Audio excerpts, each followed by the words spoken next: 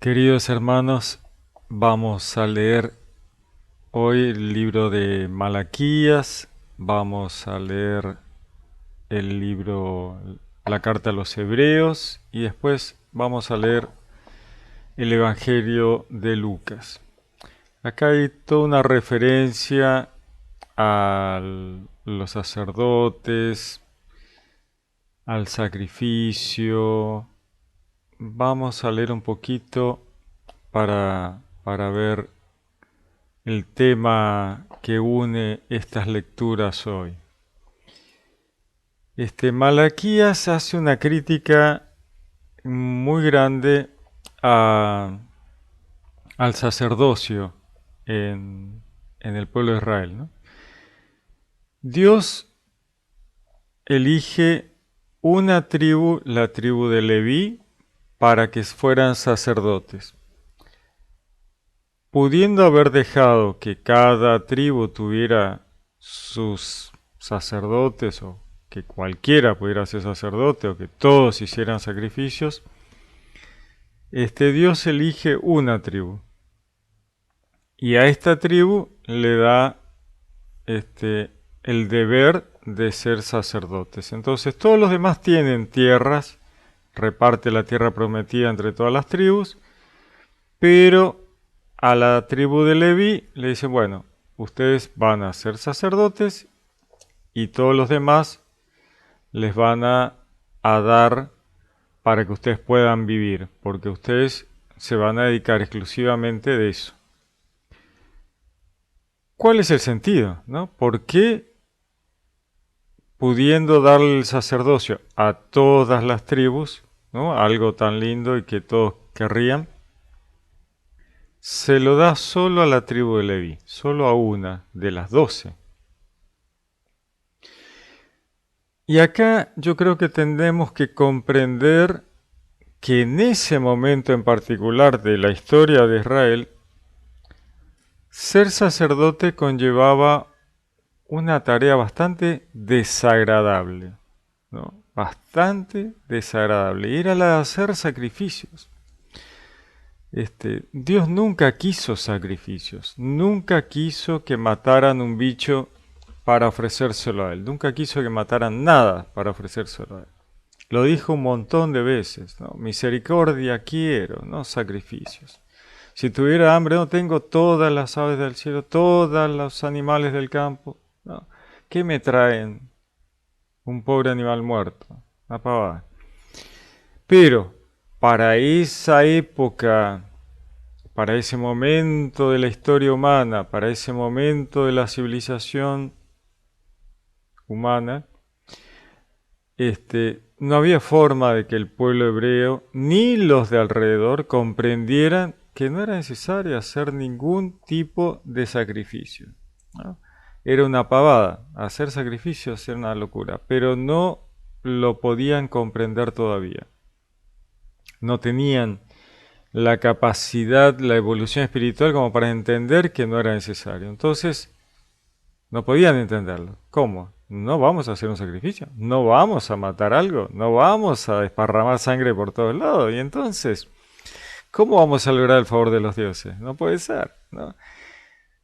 Recordemos, Dios busca a Abraham, le dice, Abraham, vení, trae el pibe, vamos a matarlo en honor a Dios, ¿no? Y Abraham no dice, pará, ¿qué estás diciendo? Estamos todos locos, ¿cómo voy a llevar a mi pibe? No, no, Abraham dice, sí, bueno, está bien, ¿a dónde? A uno de los montes. La Biblia dice, a uno de los montes, ¿no? O sea, a uno de los montes donde se hacían los sacrificios humanos. Entonces Abraham lo lleva al chico, tenía 30 años el chico. Y cuando está por matarlo, Dios le dice, está bien, Abraham, no es necesario. Acá yo te guardé un cabrito para que sustituyamos a tu hijo por un cabrito, ¿no? Yo sé que vos lo hubieras hecho, pero no es necesario, ¿no? Dios no quiere sacrificios. Entonces tolera los sacrificios animales. Los tolera. Hay una diferencia gigantesca entre tolerar y desear, querer, ¿no? Entonces Dios dice, bueno, estos chicos todavía no van a entender, no les da. Todavía no han logrado esa evolución espiritual suficiente como para comprender que los sacrificios no son necesarios. Así que, continuemos. Que se harten de hacer sacrificios, se harten de ver sangre, que se harten de oler sangre, que se harten de animales muertos. Pero no vamos a hacer que todo el pueblo pase por eso. Así que con una tribu que se dedica a eso, ya está, ¿no? Los levitas. Bueno, ellos se van a ocupar de una tarea espantosa de hacer este desastre, ¿no? Matar los bichos, esparramar la sangre del altar, tirarle la sangre a la gente. Una cosa muy desagradable. El olor que habría sangre, una cosa tremenda. O sea, entrar a la carpa allá en el desierto y sentir el olor a sangre, por favor. Encima se la tiraban arriba a la gente. No, bueno, recordemos que todo ese entrenamiento, muchos cientos de años, 1000 años, 1500 años, mucho tiempo, de tirar la sangre sobre el pueblo, de la sangre del sacrificio, logró, ¿no?, este entrenamiento de Dios. ¿Cómo se le dan vuelta las cosas al enemigo, ¿no? El enemigo creó esta historia de los sacrificios para hacer perder a la humanidad. Entonces la humanidad entró en ese juego del enemigo de vamos a matar un bicho a los dioses, vamos a matar a tus hijos a los dioses. Ofrece a tu hijo primogénito, ese, el primero, vamos a matarlo para dárselo a los dioses. Para conseguir los favores de los dioses, porque los dioses son caprichosos, hacen llover en cualquier momento, mandan volcanes, tormentas, ¿no? Entonces, vamos a comprar a los dioses matando a tu hijo. La locura creada por el enemigo, no por Dios. Dios miraba toda esta historia con gran dolor, seguramente. Y por eso crea el pueblo hebreo, por eso el pueblo hebreo hace todo un camino de sustitución de los sacrificios, ¿no? Arrancamos con Abraham, donde Dios le dice a Abraham, no hagas eso, es feo, no lo hagas. Como uno le dice a un chico, no, eso no. Entonces, continuamos con el camino de sustitución. A la par de los sacrificios animales que Dios nunca quiso, Dios pone el pan, ¿no? Entonces envía en este caminar, esta peregrinación al desierto, Dios envía el pan bajado del cielo, el maná, ¿no? Arrancamos allá en Egipto, en la Pascua, el pan sin levadura, ¿no? O sea, Dios va diciendo, mira, tenemos el cordero, pintamos los marcos de las puertas en Egipto antes de irnos, ¿no? Y viene el ángel exterminador, mira los marcos de las puertas y dice, bueno, estos marcos de las puertas son hebreos, porque acá hay sangre de corderos. No hay sangre humana. La sangre humana la tienen los egipcios, que han hecho sacrificios humanos, ¿no? Entonces, esto muestra, los hebreos muestran al ángel exterminador que sus manos están limpias de sangre humana, ¿no? Lo mismo que haría Pilato al final de la historia, ya cuando dice, mis manos están libres de sangre de este justo, y se lava las manos. Bueno, es algo similar, ¿no? Los hebreos le dicen sin saber al ángel exterminador, nuestras manitos no han tocado sangre humana. Los egipcios sí. Así que todo va contra los egipcios. En el desierto Dios envía el pan, ¿no? Primero el pan sin levadura de la salida de Egipto, después el maná, para que la gente se acostumbre a comer algo sin sangre, sin matar a nada, sin matar a nadie, ¿no? Incruento. Volvemos al primer relato del Génesis, ¿no? Les doy para comer los frutos de los árboles y las hierbas para los animales. En ningún momento dice háganse un asado, no. Bueno, en el desierto vuelve sobre lo mismo, ¿no? Dios no cambia de opinión, tolera. Ya había tolerado, ¿no? Y les había hecho una listita. Bueno, como se comen todo lo que encuentran, matan todo lo que camina, todo va para el asador, a ver, les voy a hacer una listita, ¿no? Y entonces les hizo una lista. Este bicho sí, este bicho sí, este bicho no, este bicho no, este bicho no, este bicho no. Entonces los hebreos tenían una lista de lo que era puro e impuro. Para Dios no hay nada impuro. Y se lo dice después a Pedro. Dios le dice, Pedro, mata y come. O sea, tenemos que evangelizar, Pedro. No nos vamos a quedar con la lista de la comida. Eso lo vamos a ver más adelante. Ahora, tenemos que evangelizar a los gentiles. No, no vamos con ese drama para los gentiles, porque los gentiles no se nos van a convertir si arrancamos así.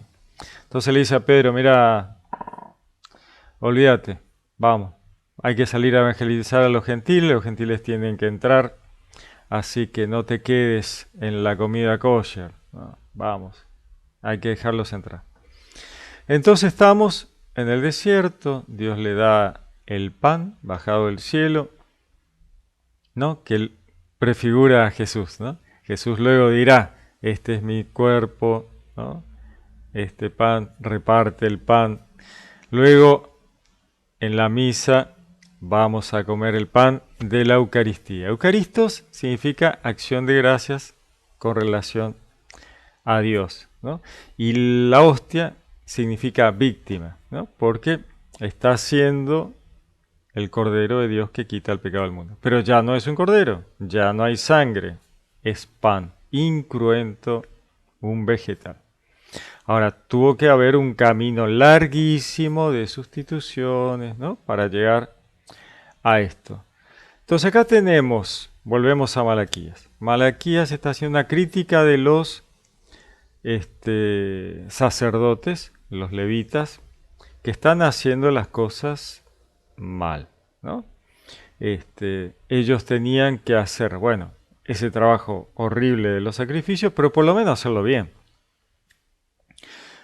Y entonces le está diciendo, ustedes se están quedando con el mejor bicho de sus rebaños, se lo guardan para ustedes, y me vienen a ofrecer a mí el peor de todos, o sea, el que está lastimado, chueco, ¿no? O sea, lo que va al descarte me lo ofrecen a mí. ¿Ustedes qué creen? Que yo no veo lo que están haciendo. No porque Dios quisiera que mataran al mejor, no, no es esa la idea, sino simplemente que está viendo en el corazón de estos levitas la picardía, ¿no? La picardía, como si Dios no lo viera. Es una cosa de loco. Bueno, entonces Dios les dice, ¿qué están haciendo? ¿Qué están haciendo? Es una barbaridad lo que están haciendo. Y se creen que yo no estoy viendo lo que ustedes están haciendo. Es una locura. Entonces, en este contexto es que Malaquías les recrimina, le dice, esto va a estar mal, esto va a terminar mal.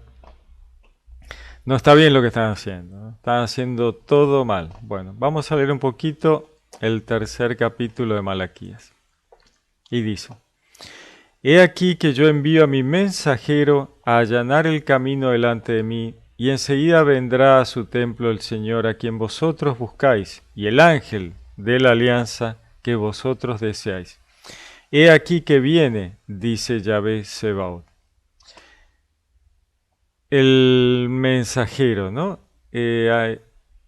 Los ángeles son mensajeros. Acá Malaquías está hablando de, está haciendo, es una prefiguración a Jesús, ¿no es cierto? Que en algunos lugares aparece como el ángel del Señor, en el Apocalipsis, en las revelaciones de Juan podemos ver este rol de Jesús, el rol de la divinidad en la historia de la salvación, que tiene este rol de mensajero, ¿no? En un punto. Entonces dice, ¿quién podrá soportar el día de su venida? ¿Quién se tendrá en pie cuando aparezca? Porque es él como fuego de fundidor, como lejía de lavadero, ¿no? Acá Malaquías le está diciendo, cuando llegue Jesús, ¿no? Cuando llegue el, el ángel de la alianza, ¿no? Va a venir a lavar, a purificar, ¿no? Fuego de fundidor para sacar todo lo malo, la escoria, ¿no? de los metales para que los metales queden puros. Esa es la idea, ¿no? Va a purificar, va a sacar todo lo malo, va a hacer una purificación, ¿no? Dice, se sentará para fundir y purgar. Purificará a los hijos de Leví, ¿no? Ahí está, purificará a los hijos de Leví, a los sacerdotes, ¿no? Purificará a los hijos de Leví, los acrisolará como el oro y la plata, ¿no? Este crisol, la imagen del crisol, que es donde se meten los metales, se los funde a mucha temperatura para que toda la basura, lo que lo hace impuro, salga y se pueda dejar el metal lo más puro posible, ¿no? Entonces hace esta relación con el crisol, dice. Los acrisolará como el oro y la plata, y serán para Yahvé los que presentan la oblación en justicia, ¿no? Les está diciendo, bueno, los va a purificar a los sacerdotes, va a hacer que los sacerdotes vuelvan a ser lo que tendrían que haber sido, ¿no? Personas que presenten lo correcto, que hagan las presentaciones a Dios correctamente, con buenas intenciones de corazón, ¿no? Con pureza. Como en los años antiguos, dice, ¿no? Como al principio, cuando tenían todo ahí, recién empezaban. Dice, yo me acercaré a vosotros para el juicio y seré un testigo expeditivo contra los hechiceros, contra los adúlteros, contra los que juran con mentira, contra los que oprimen al jornalero, a la viuda y al huérfano, contra los que hacen agravio al forastero, sin ningún temor de mí, dice Yahvé Sebaot. ¿No? Acá hace una listita así rápida de las cosas que arruinan el alma, ¿no? Los hechiceros, los hechiceros. Hoy uno dice, bueno, la hechicería, eso quedó en el pasado, ¿no? Pero de repente escuchamos cosas como, no, hay que declarar, ¿no? Yo declaro que me va a ir todo bien, yo declaro que voy a sacar la lotería, yo declaro que hoy voy a... ¿Qué es eso? Eso es hechicería. Estamos declarando, intentando obligar a Dios a hacer algo en el momento que uno quiere. Esa es la declaración. Parece que fuera algo cristiano, pero no es, ¿eh? Quien declara está tratando de obligar a Dios a hacer algo en el momento que uno quiere.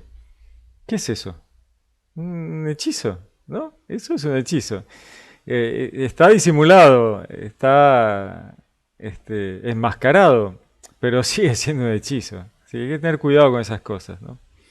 Dice, contra los adúlteros. Bueno, no basta con engañar a la pareja para ser adúltero, ¿no? Dios acá también habla de ser adúltero en cuanto a las creencias de Dios. ¿No? Hay quienes hablan del universo, no, pues yo creo que el universo, el universo, el otro, ¿qué es eso? Eso es idolatría, ¿no? Estamos transformando al universo en un Dios, siendo un objeto. ¿El universo qué es? Una cosa, un objeto, algo creado por Dios. ¿Cómo le vamos a dar capacidad de algo? O sea, estamos diciendo que cualquier cosa, ¿no? Una piedra, un ídolo de piedra, el universo, por más que sea grande, sigue siendo un objeto, una cosa, y de repente eso puede pensar, puede decidir algo. No, eso es idolatría, eso es adulterio, ¿no? Luego dice, los que juran con mentira. Bueno, sí, obviamente, ¿no? Ni hablar. Jurar y mentir, tremendo. Los que oprimen al jornalero, a la viuda y al huérfano, ¿no? Acá la opresión del que saca partido de aquellas personas en un momento de vulnerabilidad, ¿no? Laboral, social, ¿no? Dice, contra los que hacen agravio al forastero. Dios siempre tiene en cuenta al que está fuera de su tierra, ¿no? Dice, porque ustedes fueron extranjeros en tierra extraña. O sea, siempre Dios tiene en cuenta a aquel que está fuera de su hogar, ¿no? Siempre. Muy, muy interesante. Dice, sin ningún temor de mí. O sea, todo esto se hace, obviamente, cuando no se tiene temor de Dios y no se tiene conciencia que las cosas van a tener consecuencias, ¿no? Dice el texto, que yo, Yahvé, no cambio, y vosotros, hijos de Jacob, no termináis nunca. Les dice hijo de Jacob porque Malaquías hace una referencia a Jacob y Esaú, ¿no? Diciendo, bueno, Dios quiso a Jacob y no quiso a Esaú. Entonces uno tiene que pensar acá, entonces, ¿qué Dios es caprichoso? Predestina, porque esto fue desde el vientre materno. Y entonces ahí uno debe tener en cuenta que las almas ya tienen, ¿no?, una identidad, una predisposición, algo que Dios ya ve en esas almas y dice, esta alma es un alma buena, esta no es un alma buena, ¿no? Jacob y Esaú peleaban en el vientre materno. La pobre madre pensó que iba a morir de cómo peleaban estos chicos. Pero eran dos bebés que todavía no eran bebés, estaban peleando en el vientre materno. Sale Esaú primero y Jacob sale agarrándole la patita a Esaú, como Jacob diciendo, che, yo soy el que tiene que salir primero. La primogenitura es mía, ¿cómo vas a salir vos primero? Pero Esaú era más fuerte, era más bravo. Así que él sale primero. Y Jacob le sale agarrando el pie, como diciendo, vení para acá, ¿dónde vas? Esaú le vende la primogenitura a Jacob por un plato de lentejas. O sea, eso le importaba a Esaú, la primogenitura. Entonces Jacob se transforma en Israel, ¿no? En el patriarca. A Esaú no le importó, ¿no? Hay toda una historia entre Jacob y Esaú, bueno. Pero ya Dios ve lo que hay en el alma de Esaú y ve lo que hay en el alma de Jacob. Así todo, Jacob es una persona complicada, ¿no? Con engaños, nunca va muy derecho, ¿no? Siempre haciendo alguna cosa por izquierda, bueno. Nada es tan sencillo, ¿no? Pero bueno, les dice, ustedes son hijos de Jacob, ¿no? A los que Dios los eligió, ¿no? Elige a Jacob porque era mejor que Esaú, ya lo veía como alma. Entonces por eso es que menciona a Jacob, ¿no? Desde los días de vuestros padres, dice, venís apartándoos de mis preceptos y no los observáis. Volveos a mí, y yo me volveré a vosotros, dice Yahvé Sebaot. Decís, ¿en qué hemos de volver? Pues, ¿puede un hombre defraudar a Dios? Pues vosotros me defraudáis a mí. Y aún decís, ¿en qué te hemos defraudado? En el diezmo y en la ofrenda reservada. No, esta mala intención, ¿no? Porque a Dios el diezmo era para la gente pobre que no tenía recursos, ¿no? La ofrenda reservada. Acá el tema es lo que tienen en el corazón, la picardía de pasarse de vivos, de pasarse de listos, ¿no? Eso es lo que Dios les está diciendo. Ustedes son, ¿cómo puede ser? ¿Qué creen? ¿Que yo no veo lo que están haciendo? O sea, ustedes, una falta de respeto, pero tremendo. Continúa, dice, llevad el diezmo íntegro a la casa del tesoro para que haya alimento en mi casa.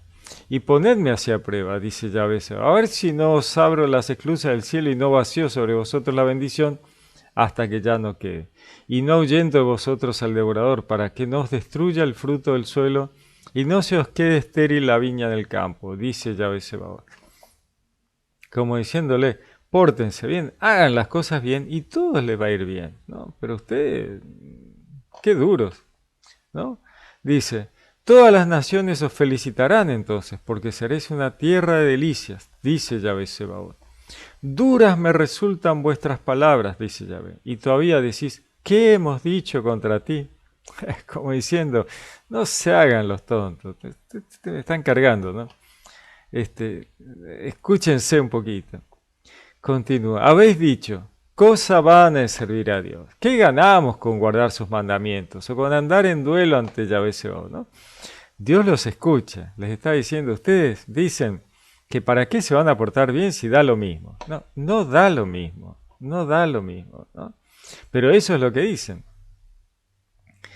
Y continúa. Más bien llamamos felices a los arrogantes, aun haciendo el mal prosperan, y aun tentando a Dios escapan libres. Entonces, los que temen a Yahvé se hablaron unos a otros, y puso atención Yahvé y oyó. Y se escribió ante él un libro memorial en favor de los que temen a Yahvé y piensan en su nombre. Dios les está diciendo, ¿ustedes qué creen? Que yo no escucho, que yo no tomo nota, ¿no? Los que temen a Dios, los que están tratando de caminar en el camino correcto, conversan entre ellos y dicen, no, ¿qué están haciendo? ¿Qué es lo que están haciendo? Dice, y puso atención Yahvé y oyó, ¿no? O sea, Yahvé oye a aquellos que obran mal y oye a aquellos que obran bien. Y dice, yo tomo nota de las dos cosas. Continúa. Serán ellos para mí, dice Yahvé Sebaot, el día que yo preparo propiedad personal. Y yo seré indulgente con ellos, como es indulgente un padre con el hijo que le sirve. Le está diciendo Dios, yo voy a tratarlos con más indulgencia a aquellos que se han portado bien, o por lo menos trataron de portarse bien. Por eso dice, voy a ser indulgente con las macanas que hayan hecho, ¿no? Porque aún se mandaron macanas, pero trataron de ser buenos, ¿no? Han tenido buenos pensamientos, ¿no? Como cualquier padre que ama a sus hijos y bueno, va a tener en cuenta a aquel que se haya portado bien, ¿no? Continúa, pues he aquí que viene el día, abrasador como un horno. Todos los arrogantes y los que cometen impiedad serán como paja y los consumirá el día que viene, dice Yahvé Sebaot, hasta no dejarle raíz ni rama. Decía antes, entonces vosotros volveréis a distinguir entre el justo y el impío, entre quien sirve a Dios y quien no le sirve, ¿no? Él les está diciendo, Dios, va a llegar el momento en que se va a separar la paja del trigo, porque viene el día, abrasador como un horno, ¿no? Donde los arrogantes y los que cometen impiedad serán como paja y los consumirá el día que viene, dice Yahvé Sebaot, hasta no dejarles raíz ni rama. O sea, viene Jesús, ¿no? Viene Jesús a poner blanco sobre negro, a decir, bueno, a ver, esto es lo correcto, esto no es lo correcto, a poner, ¿no? Una cosa sobre otra y a dejar en evidencia quienes están pasando de vivos, ¿no? Continúa. Pero para vosotros, los que teméis mi nombre, brillará el sol de justicia con la salud en sus rayos, y saldréis brincando como becerros bien cebados fuera del establo. Y pisotearéis a los impíos, porque serán ellos ceniza bajo la planta de vuestros pies el día que yo preparo, dice Yahvé Sebaot. Acordaos de la ley de Moisés, mi siervo, a quien yo prescribí en el Horeb preceptos y normas para todo Israel. He aquí que yo os envío al profeta Elías, antes que llegue el día de Yahvé grande y terrible, ¿no? Les está diciendo, tengan en cuenta, ¿no? Tengan en cuenta de la ley para que ustedes obren correctamente hasta que llegue el día, ¿no? En que llegue Jesús, obviamente. Dice, y voy a enviar al profeta Elías antes de que llegue ese día, ¿no? Él hará volver el corazón de los padres a los hijos, el corazón de los hijos a los padres, no sea que venga yo a herir la tierra de anatema. Palabra de Dios. Bueno, acá Malaquías está recordando, ¿no? Este tema de que Elías volvería antes de la llegada del día, ¿no? De Jesús.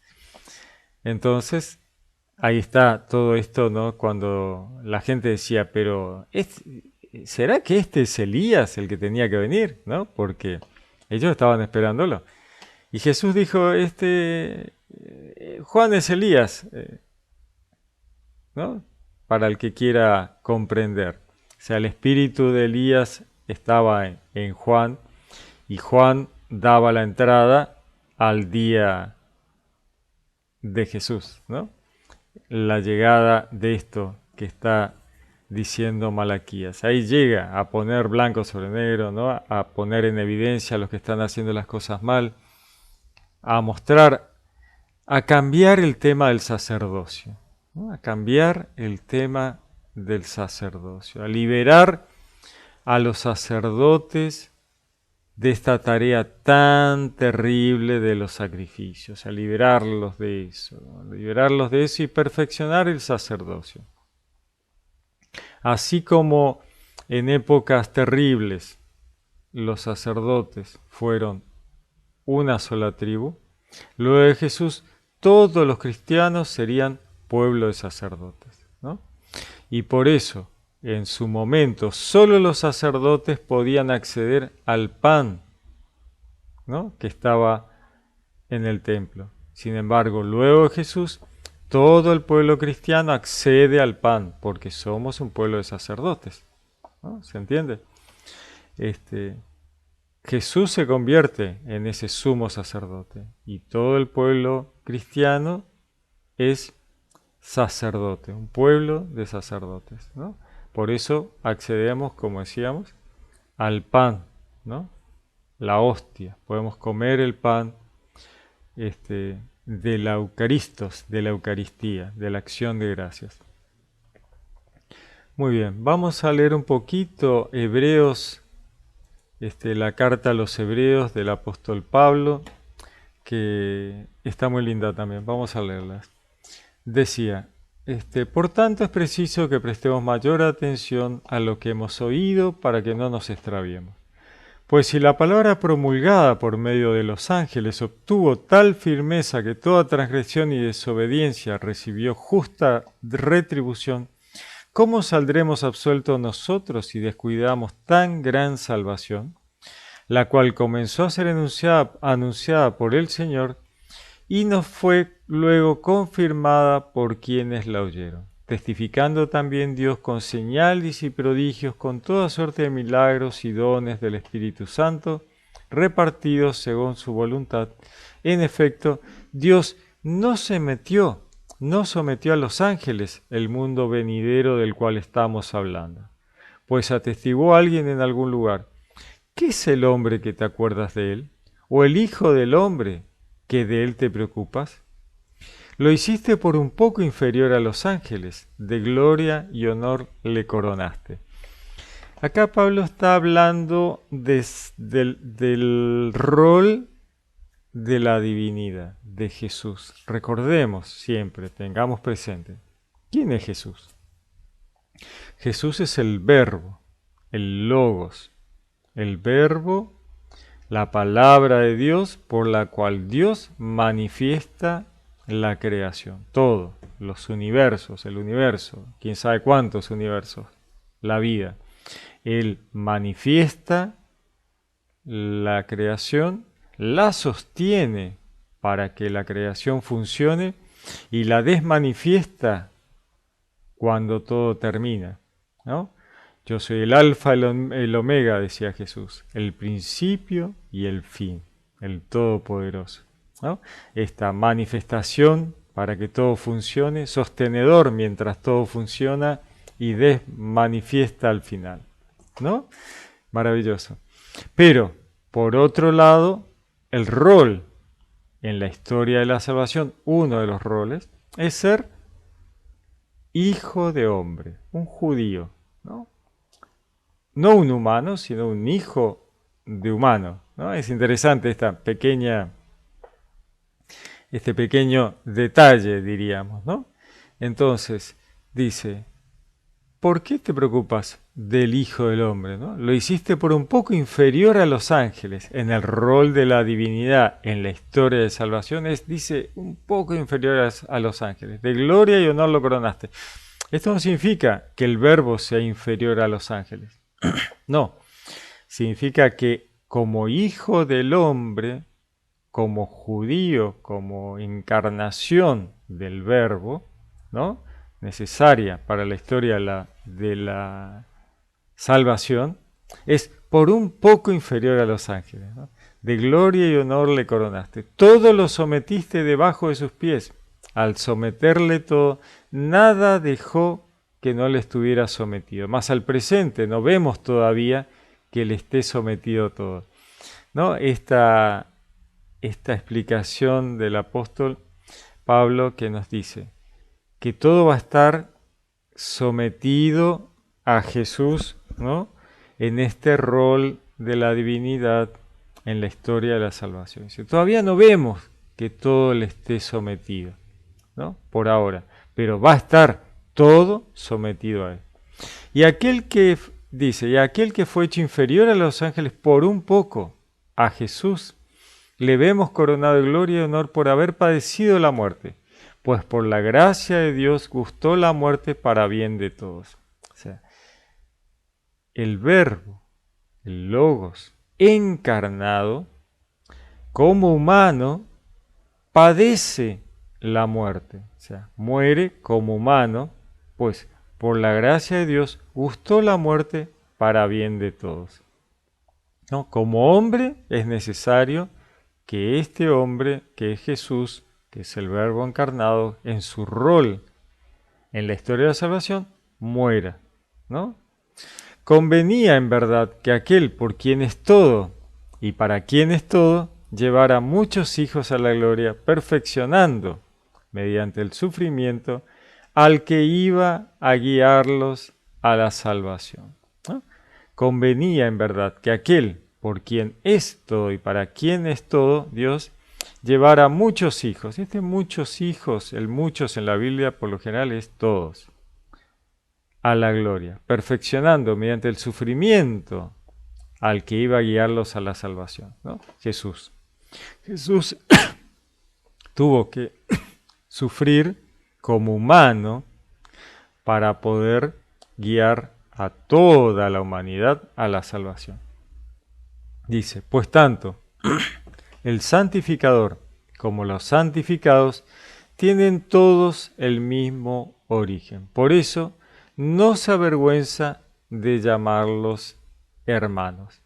Como dice, anunciaré tu nombre a mis hermanos. En medio de la asamblea te cantaré himnos y también pondré en él mi confianza y nuevamente, henos aquí a mí y a los hijos que Dios me dio. O sea, Jesús se pone en este rol de hijo de Dios, ¿no?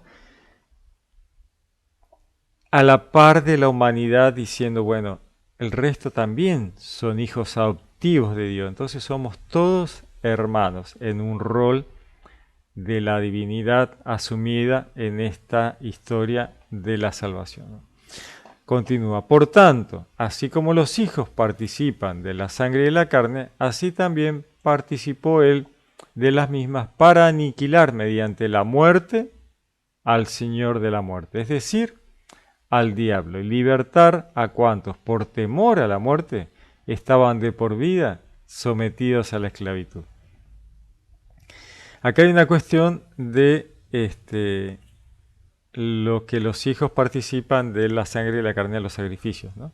Entonces dice, así también participó él de las mismas, para aniquilar mediante la muerte, al morir él y resucitar, aniquila la muerte, ¿no?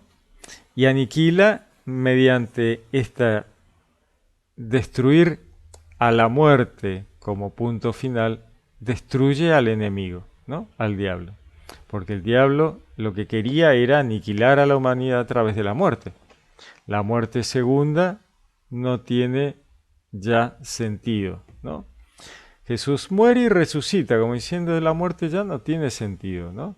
Cuando vemos las revelaciones de Juan en el Apocalipsis, sale el primer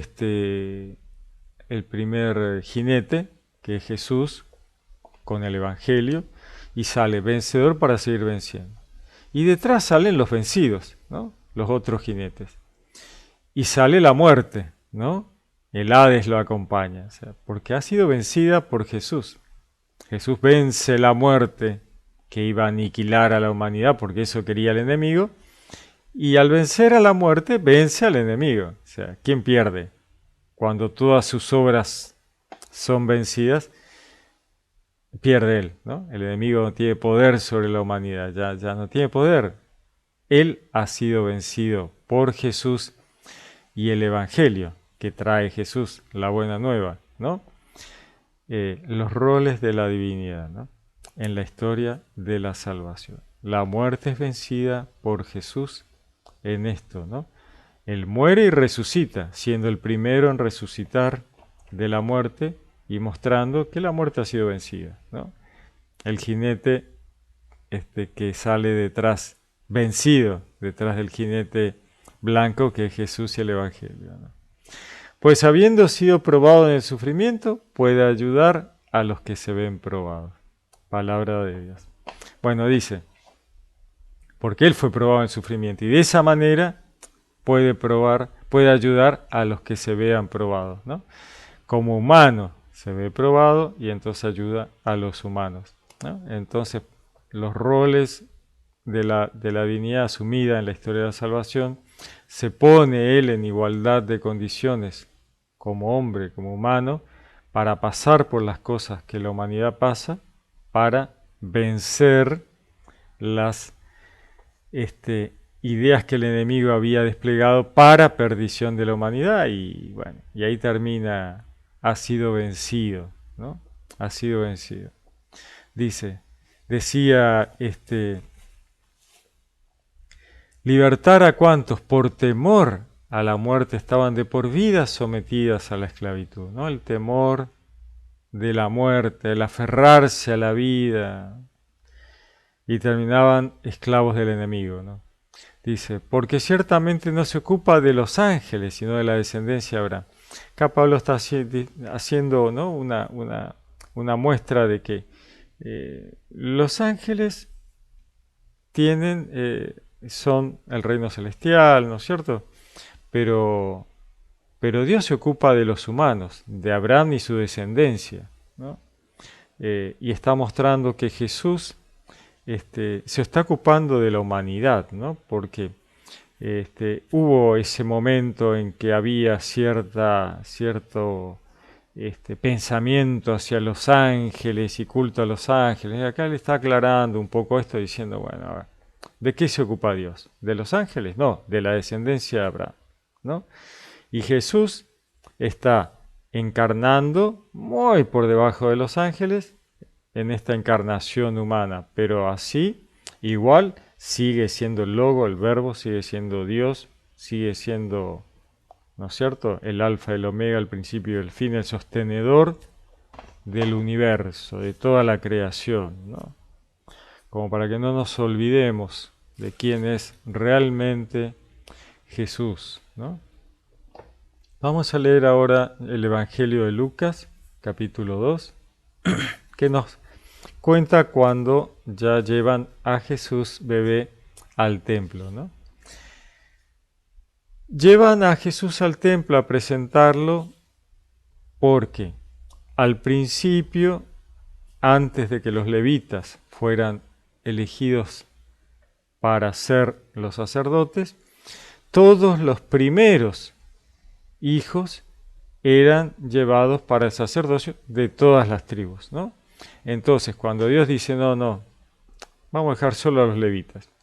¿Y qué hacemos? Bueno, no, que lleven a los chicos, los presentan al templo, pagan el rescate y se vuelven a la casa. No van a quedar en el templo.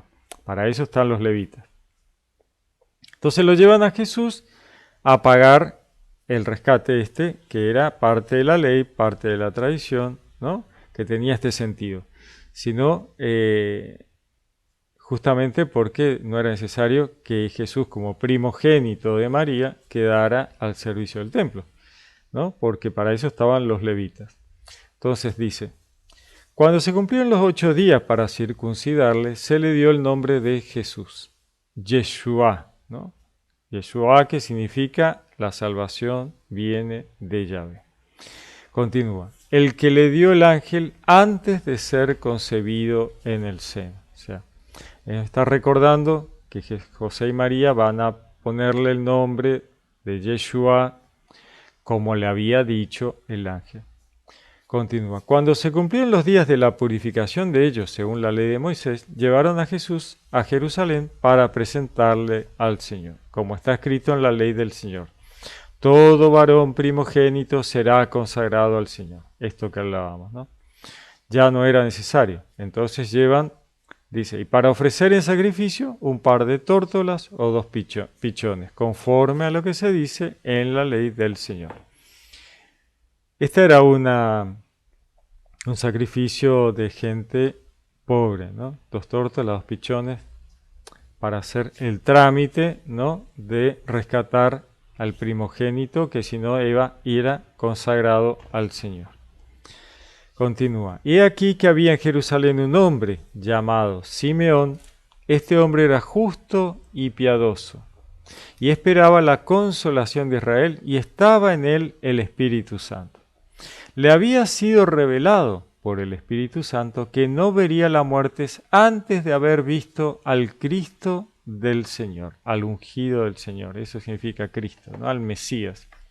Continúa. Movido por el Espíritu, vino al templo, y cuando los padres introdujeron al niño Jesús para cumplir lo que la ley prescribía sobre él, le tomó en brazos y bendijo a Dios diciendo. O sea, este hombre Simeón es llevado por el Espíritu Santo al templo. Dice, vení Simeón, porque hoy viene el Mesías, ¿no? Una cosa muy impresionante, ¿no? O sea, no era que él estaba, ¿no? Dice, le había sido revelado por el Espíritu Santo que no vería la muerte. Movido por el Espíritu, vino al templo. Y cuando los padres introdujeron al niño Jesús para cumplir lo que la ley prescribía sobre él, le tomó en brazos y bendijo a Dios diciendo, ahora, Señor, puedes, según tu palabra, dejar que tu siervo se vaya en paz, porque han visto mis ojos tu salvación, ¿no? A Yeshua, la salvación viene de Yahvé. He visto la salvación. Este chico es la salvación, Yeshua.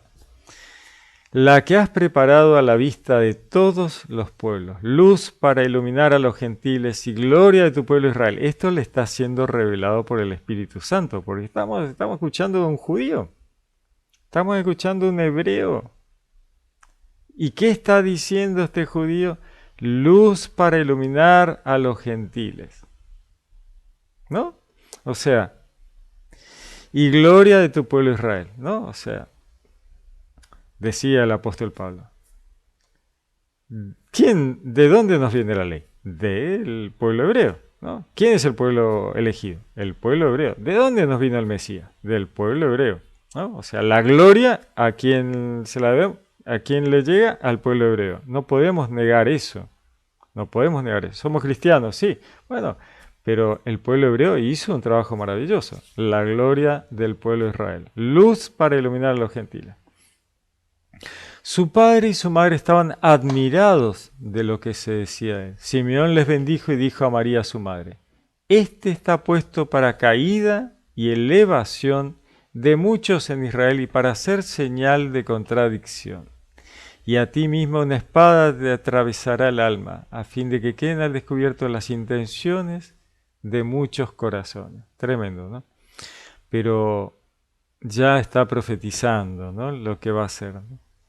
Dice, este está puesto para caída y elevación de muchos en Israel, ¿no?, para poner blanco sobre negro, ¿no? Sí. Los primeros serán los últimos serán los primeros, ¿no? Cuando le decía a los saduceos, ustedes son tumbas blanqueadas, le decía Jesús, ¿no? Se creen la gran cosa, pero ya está, la gente camina sobre ustedes como si ustedes ya estuvieran muertos, ¿no? Porque la verdad que dicen, pero no hacen, ¿no? Y encima arrastran a mucha gente con ustedes, ¿no? O sea, ¿no? Caída y elevación de muchos en Israel, para hacer señal de contradicción, ¿no? El escándalo, no, se escandalizaban, ¿cómo va a decir esto? ¿Cómo va a hacer lo otro? Bueno, una espada, le dice a María, te atravesará el alma, y sí, ver a su hijo en la cruz, por favor, tremendo, ¿no? A fin de que queden al descubierto las intenciones de muchos corazones. Bueno, justamente, ¿no? Jesús no predicaba, hacía drasha, ¿Qué es drasha? Inquirir, ¿no? Poner en evidencia las intenciones del corazón, ¿no? Eso hacía. Ponía un espejo delante de la gente y le decía, mirá, esto es lo que estás pensando, ¿no? Esto es lo que estás haciendo, ¿no? Continúa. Había también una profetisa, Ana, hija de Fanuel de la tribu de Aser, de edad avanzada. Después de casarse había vivido 7 años con su marido y permaneció viuda hasta los 84 años. No se apartaba del templo, sirviendo a Dios noche y día en ayunos y oraciones. Como se presentase en aquella misma hora, alababa a Dios y hablaba al niño a todos los que esperaban la redención de Jerusalén. Así que cumplieron todas las cosas según la ley del Señor, volvieron a Galilea, su ciudad de Nazaret. El niño crecía y se fortalecía, llenándose de sabiduría y la gracia de Dios estaba sobre él. Palabra de Dios. El niño crecía y se fortalecía, llenándose de sabiduría y la gracia de Dios estaba sobre él. Sobre este rol de la divinidad en la historia de la salvación, ¿no? Porque este niño que crecía y se fortalecía era el Logos, el Verbo encarnado, el creador de los universos, ¿no? Por lo menos del nuestro. No sé si hay otros, pero por lo menos de este, que no es poco, el sostenedor del universo, ¿no? El niño crecía y se fortalecía. Es genial. Jesús, ¿no? Bebito ahí, ¿no? Creciendo, ¿no? Mientras a la par de estar ahí con esta gente, ¿no? Con Jesús, con José, con María, con Ana, ¿no? Con Simeón. Mientras tanto, mientras estaba ahí en ese rol de bebé, sostenía el universo. Es impresionante, muy impresionante, ¿no? Ahí un chiquito sostenido por la madre, ¿no?